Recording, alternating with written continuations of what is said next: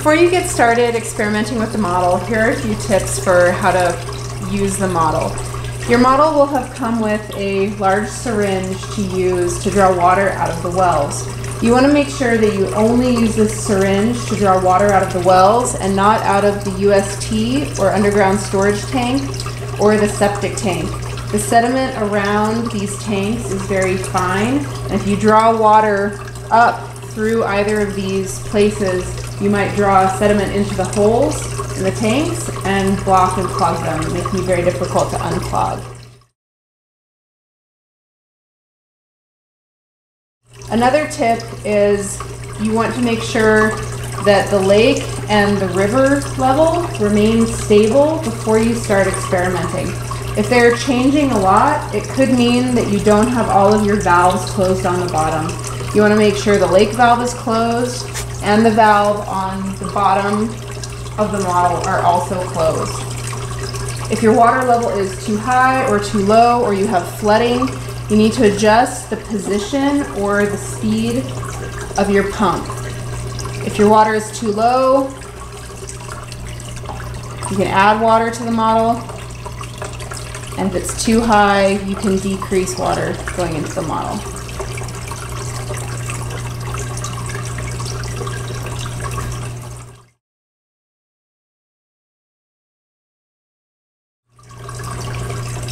When you first run water through the model, when it's dry, you may notice that the water in the lake and the river are a little cloudy.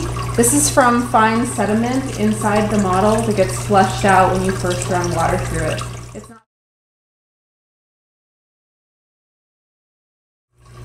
So next I want to give you a few tips for how you introduce dye into your model.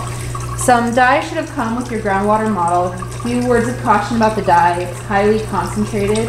It does not take very much to make all of the water in your model turn red or green or blue. It does not take very much. So you want to be careful in how much you introduce into your model at one time. Some places you might want to introduce dye are the underground storage tank, which has a small leak in it at the bottom, the septic tank, and possibly the lake, to talk about a case of the lake being polluted and how that might affect the groundwater. You can introduce contamination into the river, but note the river is the discharge area, so it will very quickly leave the system. You may also introduce dye down the wells, but note that that is not often how contamination enters the groundwater system. Students have a misconception that wells lead to contamination, which is not true. So if you do introduce dye into the wells, you want to make sure to address that issue with your students. The dye is going to change the color of all of your water. If I were to introduce red dye, all of your water is going to turn pink. If you wanted to do another experiment, make sure that you change your dye color to either green, blue, or purple, which are the other colors that come with your model. If the water in your model becomes so dark that you can no longer tell that dye is moving through the system, you might want to do a partial water change. You can put a bucket below the discharge valve on the side, empty about half the water, close the valve, and then pour a bucket of fresh water in. And this should dilute the dye to the point that you'll be ready to run some other experiments.